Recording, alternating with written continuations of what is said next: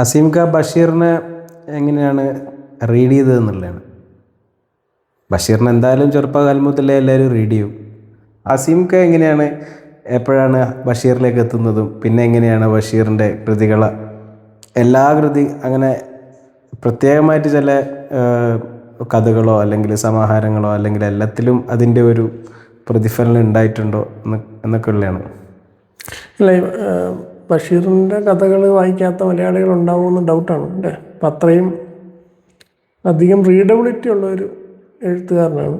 ഒരുപക്ഷെ അന്ന് ബഷീറിൻ്റെ തലമുറയിൽ ജീവിച്ചിരുന്ന മറ്റെഴുത്തുകാരുടെ കൃതികളുമായിട്ട് കമ്പയർ ചെയ്യുമ്പോൾ ഒരു നവോത്ഥാന കാലത്ത് ജീവിച്ചിരുന്ന എഴുത്തുകാരാണ് അവരെല്ലാം.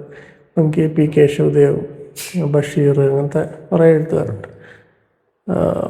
ഇപ്പോൾ പൊൻകുന്നം വർക്കി, നമ്മൾ അറിയപ്പെടുന്ന തകഴി ശോഷങ്കരപ്പിള്ള. അപ്പോൾ തകഴിയുടെയൊക്കെയാണ് വലിയ പുസ്തകങ്ങളാണ്. നമുക്ക് ഇപ്പോൾ ബഷീറിൻ്റെ പുസ്തകങ്ങൾ എല്ലാം ഭയങ്കര ചെറിയ ചെറിയ കൃതികളാണ്. ബഷീറിൻ്റെ പുസ്തകങ്ങൾ ചെറുതായതിനും ചില കാരണങ്ങളുണ്ടെന്ന് പറയപ്പെടുന്നുണ്ട്. ബഷീറിൻ്റെ ഏറ്റവും ഫേമസ് ആയിട്ടുള്ള കൃതിയാണ് ബാല്യകാലസഖി. അതേതാണ്ട് എനിക്ക് തോന്നുന്നു 100 പേജിൽ താഴെയുള്ളൂ, ഇത്രയും ചെറിയ. അതേസമയം സമാന ആ കാലത്ത് എഴുതുന്ന മറ്റേ എഴുത്തുകാരുടെ ഞാൻ പറഞ്ഞു അവരെല്ലാം 500 SK പൊറ്റക്കാടിൻ്റെ ദേശത്തിൻ്റെ കഥ 500-600 പേജുകളൊക്കെ ഉള്ളത്.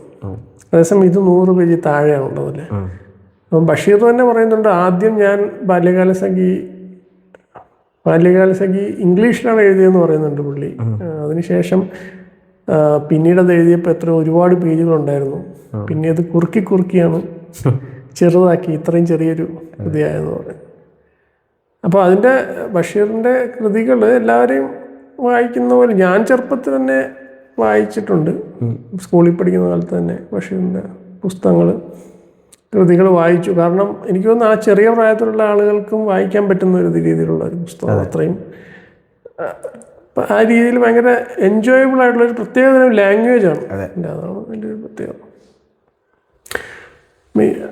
പിന്നീട് നമ്മുടെ ഇപ്പോഴത്തെ ഈ ഒരു സംഭവം അനർഘ നിമിഷം, അതൊരു കഥയായിട്ടാണ്. ഇത് ഒരു ചെറുകഥ എന്നുള്ള രീതിയിലാണ് പുസ്തകത്തിൽ കിടക്കുന്നത്. എനിക്ക് ആ ചെറുകഥ സമാഹാരത്തിൻ്റെ പേര് ഓർമ്മയില്ല. പക്ഷെ അനർഘ നിമിഷം അതിൻ്റെ കൂടെ അനൽ ഹക്ക് എന്ന് പറഞ്ഞൊരു കഥ അതിനകത്തുണ്ട്. അനൽ ഹക്ക് എന്ന് പറയുന്ന കഥ വിഖ്യാതനായിട്ടുള്ളൊരു സൂഫി, അദ്ദേഹം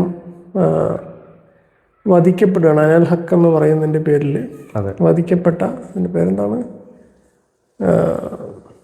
ഹല്ലാജ് എന്ന് പറഞ്ഞ സൂഫിയെ കുറിച്ചുള്ളൊരു കഥയാണത്. അപ്പോൾ അദ്ദേഹം ഈ അനൽ ഹക്ക് എന്ന് പറയുമ്പോൾ, അനൽ ഹക്കിൻ്റെ അർത്ഥം ഐ ആം ദ ട്രൂത്ത്, ഞാനാണ് സത്യം. അൽ ഹക്ക് ഞാനാണെന്ന് പറഞ്ഞാൽ അതൊരു യാഥാർത്ഥ്യം. അൽ ഹക്ക് എന്ന് പറയുന്ന അള്ളാഹു ആണെന്നുള്ള രീതിയിൽ എടുക്കുകയാണെങ്കിൽ അതൊരു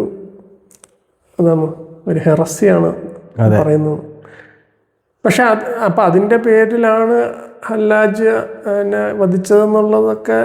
അപ്പം അത്തരം അതൊക്കെ അതിൻ്റെയൊക്കെ ഹിസ്റ്റോറിസിറ്റി ചോദ്യം ചെയ്യപ്പെട്ടിട്ടുണ്ട്. കാരണം ഇങ്ങനെ പറഞ്ഞ ഒരേ ഒരു സൂഫി ഹല്ലാജ് മാത്രമൊന്നുമല്ല, ഒരുപാട് സൂഫികൾ ഈ രീതിയിലുള്ള ചില വാക്കുകൾ പറയുന്നതായിട്ട് ചരിത്രത്തിലുടനീളം കാണാം. പക്ഷെ അവരെല്ലാവരും ഇങ്ങനെ വധശിക്ഷയ്ക്ക് വിധേയപ്പെടുകയൊന്നും ചെയ്തിട്ടില്ല. അപ്പോൾ അതിൽ വേറെ ചില പൊളിറ്റിക്സ് ഒക്കെ ഉണ്ട് ആ കാലഘട്ടവുമായിട്ട് ബന്ധപ്പെട്ട്. പക്ഷെ ഞാൻ പറഞ്ഞത് അനൽ ഹക്ക് എന്ന് പറയുന്ന ഈ കഥ, അപ്പോൾ ഈ കഥയ്ക്ക് തന്നെ ലാസ്റ്റ് ബഷീർ തന്നെ ഒരു കുറിപ്പ് എഴുതുന്നുണ്ട്. ഞാൻ ഇതിന് ശേഷം എനിക്ക് തോന്നുന്നു KC അബ്ദുള്ള മൗലവിയാണോ എന്നറിയില്ല, ഒരു അദ്ദേഹമായിട്ട് സംസാരിച്ചിട്ട് അനൽ ഹക്ക് എന്ന് പറയുന്നതിൻ്റെ ഒരു പ്രശ്നം ഒക്കെ ഞാൻ മനസ്സിലാക്കി. ഇത് പണ്ട് ഞാൻ ചെറുപ്പകാലത്ത് എഴുതിയ ഒരു കഥയാണെന്ന് പറഞ്ഞ കുറിപ്പ് ലാസ്റ്റ് എഴുതിയിട്ടുണ്ട്. അപ്പം ഇതൊക്കെ എഴുതിയത് അന്നത്തെ ഒരു തമാശയായിട്ട് മാത്രം, തമാശ എന്നുള്ള വാക്കല്ല ഉപയോഗിക്കുന്നത്, പക്ഷെ ആ ഒരു രീതിയിൽ കണ്ടാൽ മതി. അനൽ ഹക്ക് എന്ന് എഴുതിയിട്ട് ക്ലോസ് ചെയ്യുന്നുണ്ട്. അപ്പോൾ പുള്ളി ക്ലാരിഫിക്കേഷൻ കൊടുക്കുന്നത് എങ്ങനെയാണ്, ഇതൊക്കെ ഇങ്ങനെ പറയുന്നത് ഇതാണെന്ന് ഞാൻ മനസ്സിലാക്കുന്നു, ഇദ്ദേഹമായിട്ട് ഞാൻ സംഭാഷണം നടത്തി, അതിൽ നിന്ന് ഞാൻ മനസ്സിലാക്കി, അപ്പോൾ ഇതൊക്കെ ഒരു തമാശയായിട്ട് എടുത്താൽ മതി എന്ന് പറഞ്ഞിട്ട് ഒന്നുകൂടെ അനൽ ഹക്ക് എന്ന് പറഞ്ഞിട്ടാണ് നിർത്തുന്നത്. അതെ, അതാണ് ബഷീറിയൻ ബഷീറിയൻ രീതിയാണ്. അപ്പോൾ ആ രീതി ഈ പറയുന്ന പല സൂഫി റൈറ്റേഴ്സിലും അല്ല അവരുടെ ഈ പറയുന്ന ഇതിനൊരു പേര് പറയുന്നുണ്ട്, എൻ്റെ വാക്ക് കിട്ടുന്നില്ല. പക്ഷേ ഇതേപോലത്തെ ഈ സൂഫികളുടെ ഇത്തരം അതായത് ഈ ആത്മീയ അനുഭവങ്ങളെ എങ്ങനെ എക്സ്പ്ലെയിൻ ചെയ്യാൻ പറ്റാത്തത് കൊണ്ട് ഇങ്ങനെ പറയുന്നതായിട്ടാണ് പറയുന്നത്. അപ്പോൾ അതിന് അങ്ങനെ പറയുന്ന ഒരു വാക്കുകളെടുത്ത് പഠിക്കുന്ന ഒരു പുസ്തകമുണ്ട്. അപ്പോൾ അങ്ങനെ അതിൻ്റെ ഒരു പല തലങ്ങളിൽ ഇപ്പോൾ ഇത് ഇങ്ങനെ പറയുന്നതാണെങ്കിൽ ഇതിലൊക്കെ പല രീതിയിലുള്ള അൽ ഹക്ക് തന്നെ ഞാനാണ് സത്യം എന്ന് പറയുമ്പോൾ ഞാൻ എന്ന് പറയുന്നത് ഞാൻ ഇല്ലാതാകുന്നു എന്നുള്ളതാണ്. എനിക്ക് പകരം ഇപ്പോൾ ഉള്ളത് ഇലാഹ് മാത്രമേ ഉള്ളൂ. അപ്പോൾ ആ ഇലാഹിനെയാണ് സത്യം എന്ന് പറയുന്നത്. ഞാൻ എന്ന് പറയുന്നതില്ല, ഞാനില്ല. ഈ ഫണ എന്ന് പറഞ്ഞ കൺസെപ്റ്റൊക്കെ ഉണ്ടല്ലോ സൂഫികളിൽ, അവർ അള്ളാഹുൽ വിലയം പ്രാപിച്ചതിന് ശേഷം പിന്നെ അവരില്ല എന്നുള്ള അർത്ഥത്തിലാണത് പറയുന്നത്. അപ്പോൾ ഞാൻ പറഞ്ഞു തന്നത് ഈ അനർഘ നിമിഷം എന്ന് പറയുന്ന ഈ ഒരു കഥ അതിനു മുമ്പുള്ള ഒരു ചാപ്റ്ററാണ്. ഈ ഒരു പുസ്തകത്തിൻ്റെ ഞാനന്ന് വായിക്കുമ്പോൾ എനിക്ക് ഓർക്കുന്ന ആദ്യം അൽ ഹക്ക് ഈ അനർഘ നിമിഷമാണ് വരുന്നത്. അതിന് ശേഷമാണ് അൽ ഹക്ക് എന്ന് പറയുന്ന കഥ വരുന്നത്. അപ്പോൾ അന്നത് വായിക്കുമ്പോൾ ഭയങ്കര ഒരു പേടി തോന്നിക്കുന്ന ഒരു കഥയായിട്ടാണ് എനിക്ക് അന്ന് തോന്നിയത്. ഞാനും നീയും എന്നുള്ള യാഥാർത്ഥ്യത്തിൽ നിന്ന് നീ മാത്രമായി അവശേഷിക്കാൻ പോവുകയാണെന്ന് പറയുമ്പോൾ ഞാനില്ലാതാകുകയാണ്. അപ്പോൾ എനിക്ക് വലിയ രീതിയിൽ ഒരു മരണവുമായിട്ട് ബന്ധപ്പെട്ട ഒരു കഥയായിട്ടാണ് അത് വായിക്കുമ്പോൾ ഫീൽ ചെയ്യുന്നത്. അപ്പോൾ അതൊരു അനർഘമായൊരു നിമിഷമാകുന്നത് എങ്ങനെയാണ് എന്നത് മനസ്സിലാവുന്നില്ല. ഓക്കെ, അപ്പം അങ്ങനെ അന്ന് വായിച്ചു. എനിക്ക് തോന്നുന്നു പിന്നീട് ഞാനൊരു കാലത്ത് ഇപ്പം MD വാസുദേവൻ നായരുടെ ഒരു അഭിമുഖം വായിക്കുമ്പോൾ അതിനകത്ത് അദ്ദേഹം ഇങ്ങനെ പറയുന്നുണ്ട്, ഞാൻ പല എഴുത്തുകാരെയും വായിക്കുമ്പോൾ അവരെക്കുറിച്ചൊക്കെ ഓരോരോ ധാരണ നമ്മുടെ മനസ്സിൽ രൂപപ്പെടും. അപ്പോൾ എസ് കെ പൊറ്റക്കാടിനെ കുറിച്ച് വായിക്കുമ്പോൾ അദ്ദേഹം ഒരു യാത്രികനാണ് അല്ലേ, ആ രീതിയിലുള്ള അങ്ങനെ പല എഴുത്തുകാരെക്കുറിച്ച് ഒരു ധാരണ. പക്ഷേ ബഷീറിനെ കുറിച്ച് ഞാനിങ്ങനെ ഈ അനർഘ നിമിഷം പോലെയുള്ള കഥകളൊക്കെ വായിക്കുന്നു. അപ്പം ഭയങ്കര ഒരു ദാർശനികനായിട്ട് ഭയങ്കര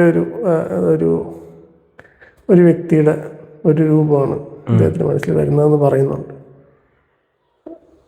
അങ്ങനെ എന്താ ഗുരു എന്നെന്തോ ആണ് അദ്ദേഹം ബഷീറിനെ വിളിച്ചിരുന്നതെന്നൊക്കെ കാണാം അതിൻ്റെ ഇതിനകത്ത്.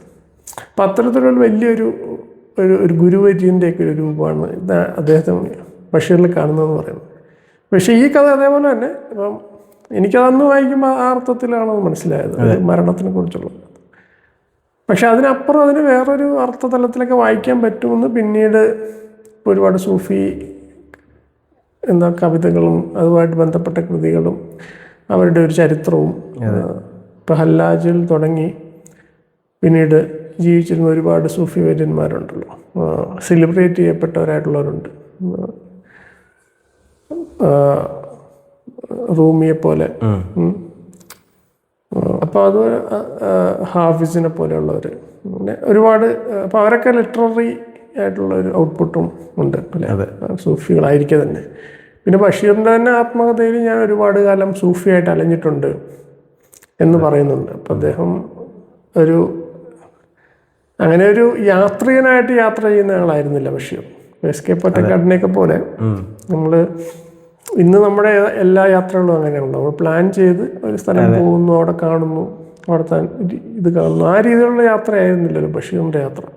അപ്പം അദ്ദേഹം ചെറുപ്പത്തിൽ തന്നെ നാട് വിട്ടുപോയി എന്നാണ് പറയപ്പെടുന്നത്. അതിനുശേഷം അദ്ദേഹം ഇന്ത്യ മുഴുവൻ അലഞ്ഞു തിരിഞ്ഞു എന്നാണ് പറയുന്നത്.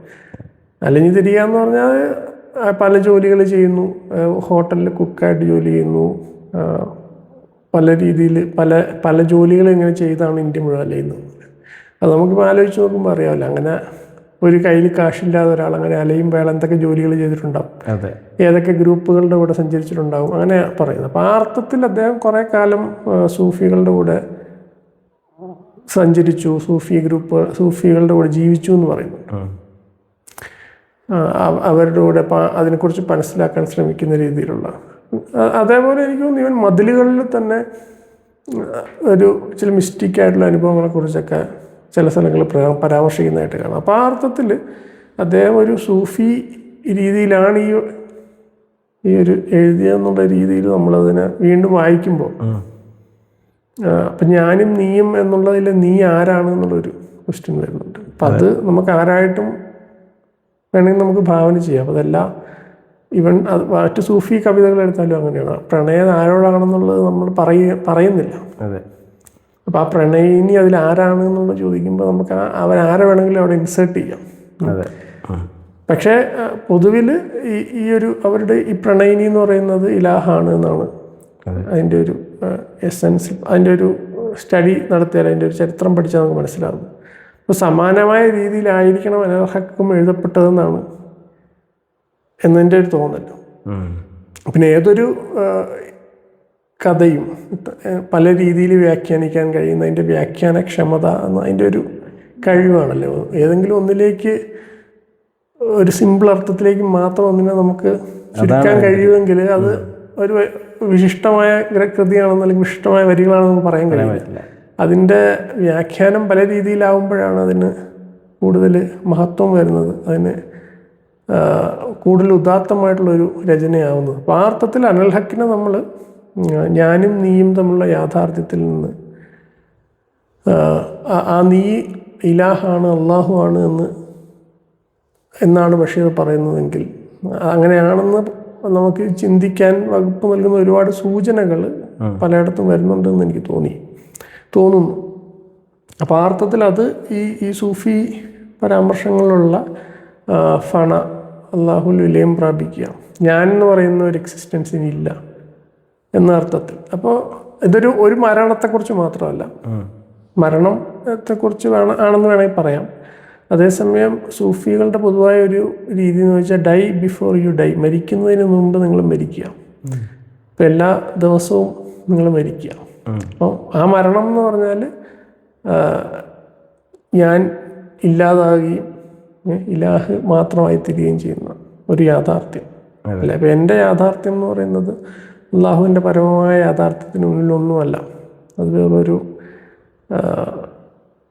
എന്താണ് അതിൻ്റെ ഒരു പ്രതിഫലനം മാത്രമോ. പക്ഷേ ഇതിന് അപ്പോൾ ഈ ഒരർത്ഥത്തിൽ ഇതിന് ഒരുപാട് വിമർശകരുമുണ്ട്. കാരണം ഭൗതിക ലോകവും ഭൗതികമായ വസ്തുക്കളും മനുഷ്യനും ഒന്നും യഥാർത്ഥ അസ്തിത്വങ്ങളല്ല എന്ന് പറഞ്ഞാൽ അതൊരു മായാവാദമാണോ, എല്ലാം മായയാണെന്നുള്ള രീതിയിലുള്ളൊരു വാദമാണോ എന്നുള്ളൊരു എതിർപ്പ് ഇതിനെതിരെ ആളുകൾ ഉന്നയിക്കാം.